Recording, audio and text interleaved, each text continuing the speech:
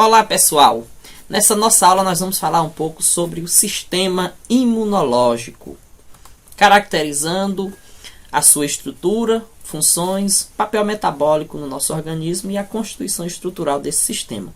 O sistema imunológico é também conhecido como sistema imunitário ou sistema imune. Ele vai compreender todos os mecanismos pelos quais o organismo multicelular se defende da agressão de organismos invasores como bactérias, vírus, protozoários, fungos, dentre outros.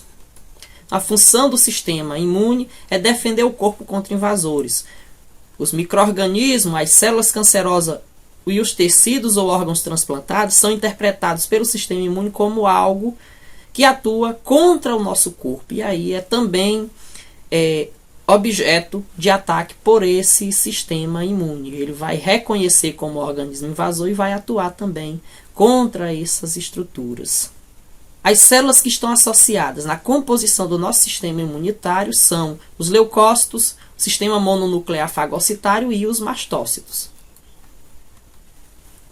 Os leucócitos eles fagocitam micróbios e outros antígenos que possuem aí grânulos contendo enzimas para destruir antígenos fagocitados. Eles vão atuar especificamente fagocitando esses antígenos e esses micróbios. O sistema mononuclear fagocitário ele é especializado na fagocitose, ou seja, em digerir, destruir células estranhas ao nosso corpo.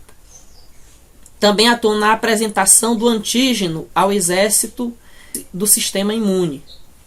Pega essa célula estranha ao nosso organismo e vai apresentar ao nosso sistema imune. Quais são essas células que constituem o sistema mononuclear fagocitário? São os macrófagos alveolares, que estão presentes nos pulmões, a micróglia, que está presente no sistema nervoso, e as células de Kupffer, que estão presentes no fígado, além dos macrófagos em geral. Os mastócitos, por sua vez, são células de tecido conjuntivo, cuja principal função dela é armazenar os mediadores químicos que vão atuar no processo inflamatório, como por exemplo as histaminas, a heparina, os fatores quimiotáticos de atração dos eosinófilos e dos neutrófilos. Na linha de combate do sistema imune, nós vamos ter dois tipos de respostas. Nosso sistema imune ele vai produzir uma resposta, essa resposta pode ser de naturezas inespecíficas, onde o nosso organismo vai atuar em barreiras naturais, como a pele e mucosas, secreções, flora normal e no peristaltismo, e também a inflamação, que é objeto da atuação de células fagocitárias, substâncias antimicrobianas e também em altas temperaturas. A resposta específica ela é objeto da atuação dos nossos anticorpos. E aí nós temos, nesse contexto, uma resposta celular citotóxica. As nossas células vão reconhecer, a nossa célula do sistema imunitário vai conhecer e reconhecer estruturas que estão ali no nosso, invadindo o nosso corpo como organismos estranhos e vão contra-atacar essas estruturas. Lá nas inespecíficas, nós temos essa barreira natural. A nossa pele, por exemplo, que protege contra a ação de micro-organismos que podem chegar à circulação sanguínea. As nossas mucosas, enfim, as secreções que são produzidas para reter partículas, por exemplo, a secreção da narina, vão reter partículas que possam chegar ao pulmão. A flora normal do nosso organismo, como por exemplo a flora intestinal, que impede a ação de micro-organismos que possam ser nocivos. Enfim, nós temos então essas duas respostas, inespecíficas e específicas. A específica trata especificamente do reconhecimento do micro-organismo estranho. Ela vai ser seletiva, vamos assim dizer, uma resposta seletiva. Nós vamos ter uma imunidade produzida contra algo que é estranho ao nosso corpo e nós temos células específicas para reconhecer aquele micro-organismo invasor, por exemplo, um vírus da gripe, um vírus da AIDS e tantos outros, uma bactéria, enfim. A fisiologia desse sistema imunitário ela se dá da seguinte forma: nós temos a barreira física, a barreira química ou a barreira biológica do nosso corpo, que vai atuar contra um micro-organismo.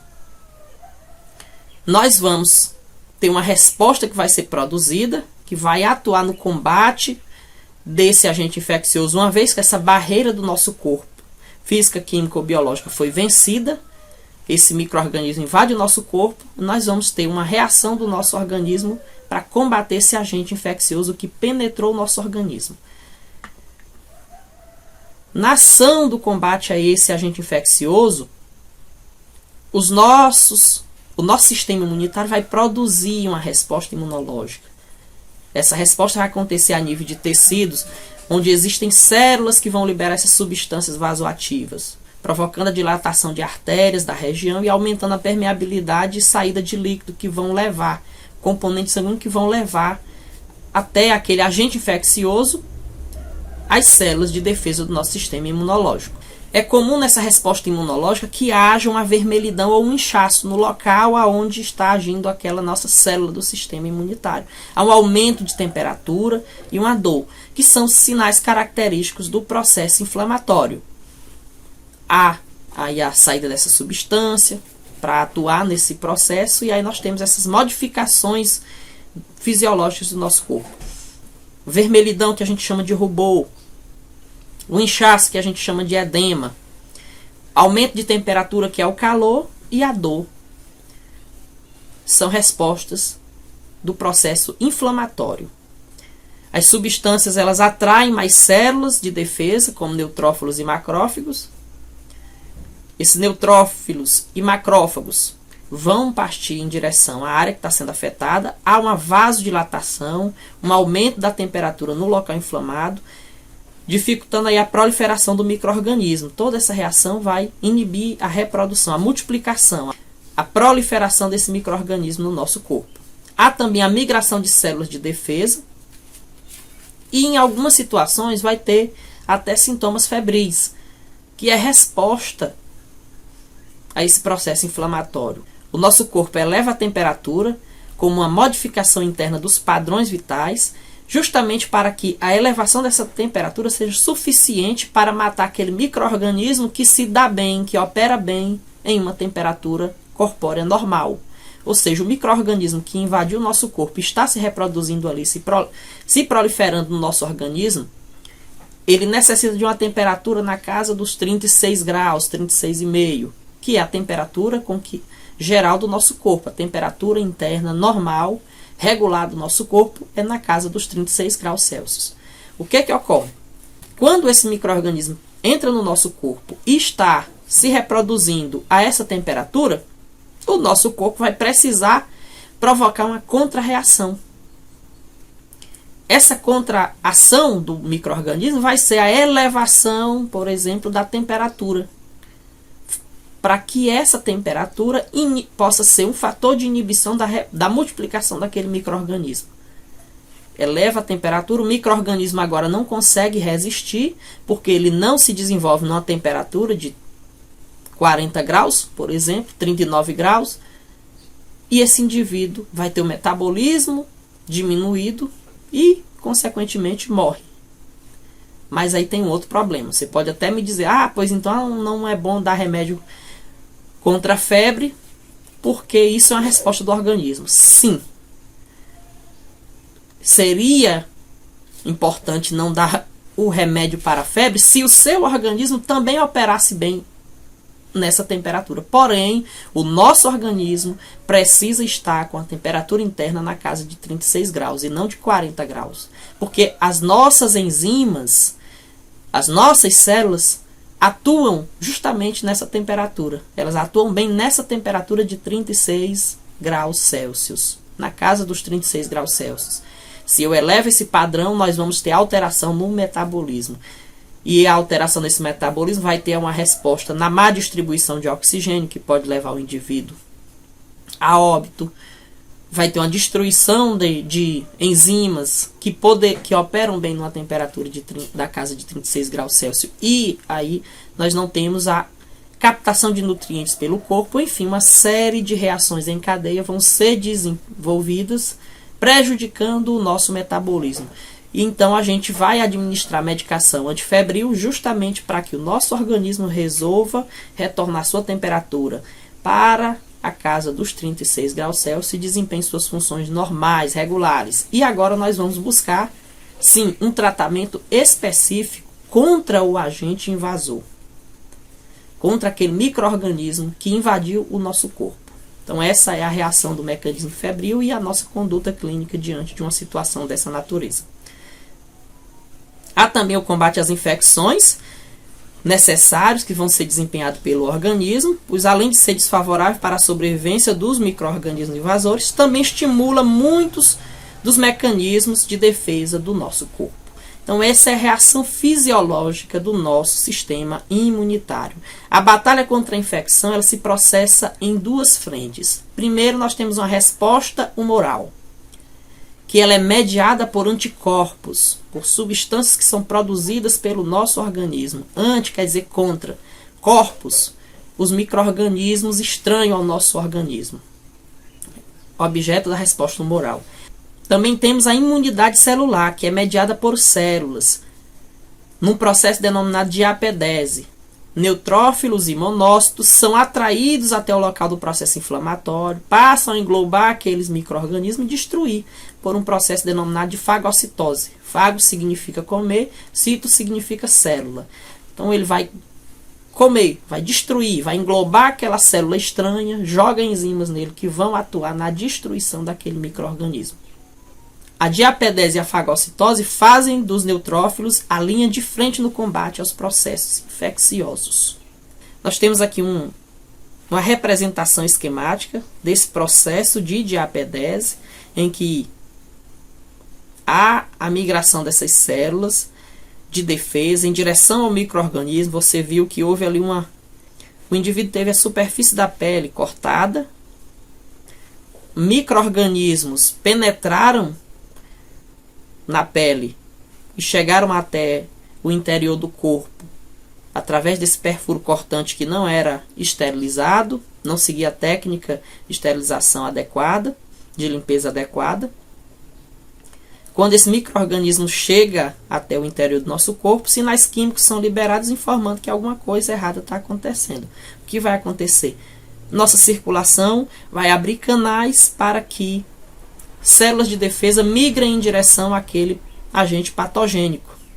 Os mediadores químicos liberados são a histamina e a prostaglandinas, que são mediadores químicos do processo inflamatório. A célula de defesa, o neutrófilo, chega até esse micro-organismo, abraça esse micro-organismo, destrói esse micro-organismo, e aí nós temos formação daquele pus que é característico nesse processo. O canto de um inflamado, aquele pus amarelado, ali é resultado da morte de células de defesa e também de células estranhas ao nosso corpo. Então esse é o esquema simplificado do processo inflamatório. A imunização de nosso corpo ela pode ser de duas formas: a imunização ativa e a imunização passiva. Na imunização ativa, o nosso organismo ele é estimulado à produção de substâncias que vão agir contra o agente infeccioso, como no caso da vacinação. Nós vamos ter um estímulo do nosso corpo para produzir, nós colocamos o nosso corpo diante de um micro-organismo e o nosso corpo vai produzir essa reação contra esse micro-organismo. E aí, uma outra vez que o nosso organismo for colocado em contato com o micro-organismo, ele vai ter células de reconhecimento e vai destruir aquele micro-organismo.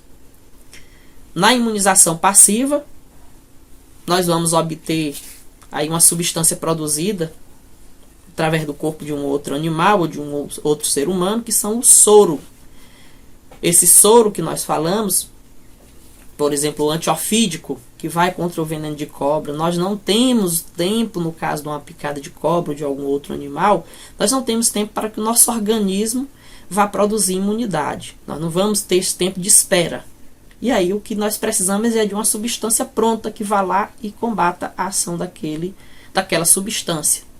Por isso o soro é uma medida passiva. Não há tempo de resposta para o organismo. Então nós temos que emitir uma resposta pronta. Vai o soro.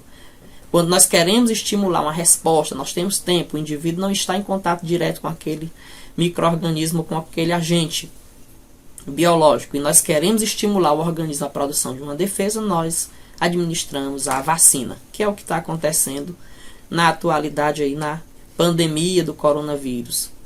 A dificuldade que a gente tem de ter uma substância que vai lá estimular o organismo a produzir anticorpo para, em contato com o vírus, com a variedade de vírus, o nosso organismo consiga ter uma resposta imediata. Nós temos essa representação da imunização ativa. Essa imunização ativa, ela pode ser, por exemplo, do contato do bebê com a pele da mãe. Nós temos uma flora de micro-organismos que abrigam a nossa pele, é uma condição natural do organismo.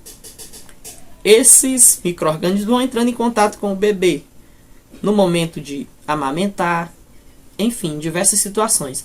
No momento do contato do bebê com a pele da mãe, esses micro-organismos vão entrando em contato com a pele do bebê também. E o bebê vai ter uma reação do próprio corpo de produzir uma imunidade contra aquela flora de micro-organismo que está entrando em contato com o organismo dele. Já no caso da outra forma de contágio do bebê é através da vacinação. Nós vamos fazer a vacinação administrando no corpo do bebê um agente infeccioso morto ou atenuado, que o que importa ali é a cápsula daquele micro-organismo, que o nosso organismo vai ter tempo de reconhecer as proteínas, por exemplo, do vírus. Esse reconhecimento celular acontece e o nosso corpo começa a produzir reação de defesa contra aquele agente. Já na imunização passiva, nós temos aí essa barreira natural também. O anticorpo materno passam pela placenta e pelo leite, chegam em contato com o bebê, nós vamos ter uma imunidade temporária. O adulto ele é imune, mas o bebê ele vai adquirir uma imunidade temporária. E temos também a imunidade artificial, a imunização artificial. É onde separa-se o plasma contendo o anticorpo e é administrado na pessoa, na mãe, por exemplo, para que ela tenha essa resposta temporária àquele agente, aquele corpo estranho. Em alguns exames de interpretação de antígenos, nós trazemos aqui o teste da moda, né, que é a representação do IgM e IgG. Nunca falou-se tanto nesse tipo de exame de avaliação, porque ele é quem vai dar um norte na interpretação sobre estar ou não infectado pelo coronavírus. Nós temos uma forma de observar esses antígenos. IgM significa imunoglobulina M. IgG, imunoglobulina G. Tipos específicos de imunoglobulinas que estão presentes no nosso plasma sanguíneo. Então, ele é a representação de um exame sorológico que vai dizer o quê? Se nós temos IgM ou IgG positivos, indica dizer que o indivíduo ele teve contato ou infecção prévia pelo vírus, e aí é recomendado procurar o profissional de saúde. Se ele tem IgM e IgG negativa, então não há evidências laboratoriais de exposição dessa pessoa ao vírus, ao SARS-CoV. Então nós temos um resultado negativo para a COVID, o que não descarta a possibilidade de infecção pelo SARS-CoV. Por quê? Porque ele pode ter tido a infecção, mas há um prazo muito extenso que não houve aí tempo, esse alcance, né? Nós fizemos o exame tardio. Ou então, ele pode estar em contato com o vírus, mas ainda não começou a produção de anticorpos. Sim. Nós temos essa variedade. Então, nesse caso, no início da infecção, para identificar o início da infecção, início dos sintomas, o melhor exame até o momento considerado padrão ouro é o de coleta de secreção, que é o ConSwab. O SWAB que vai coletar a secreção e identificar a presença do vírus na cavidade respiratória.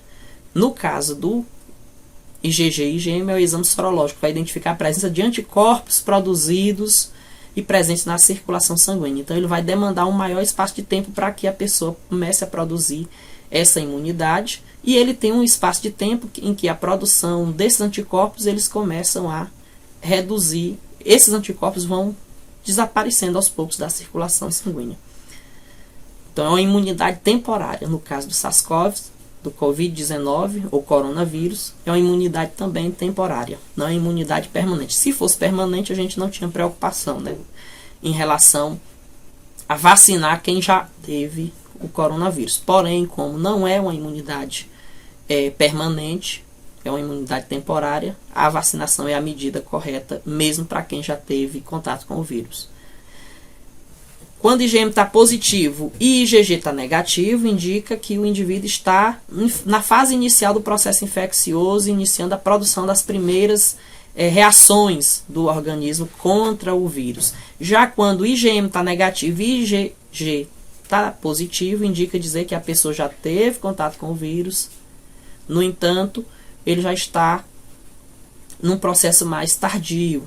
Então, já teve uma reação do corpo e aquele micro-organismo ele já não está em ação no organismo. O que existe é a presença da imunoglobulina no organismo da pessoa. Então, temos aí as características básicas dessa classe de imunoglobulina, a IgA, considerada as propriedades dela, encontrada na mucosa, no trato intestinal e respiratório e urogenital, e ele previne a colonização por patógenos. Também presente na saliva, lágrimas e no leite. O IgD, imunoglobulina de membrana, faz parte do receptor de membrana de linfócitos. O IgE está envolvido nos processos alérgicos e parasitários. O IgG é a principal imunoglobulina da imunidade adquirida, ele tem a capacidade de atravessar a barreira placentária. E o IgM ele faz parte do receptor de membrana dos linfócitos. É a forma encontrada no soro secretado precocemente em resposta imune adquirida. Então, gente, eu espero que tenha sido produtivo esse nosso encontro. Eu agradeço a sua paciência. A gente se encontra na nossa próxima aula. Muito obrigado. Curta, comente, inscreva-se no nosso canal. E lembre-se, conhecimento nunca é demais. Passe adiante.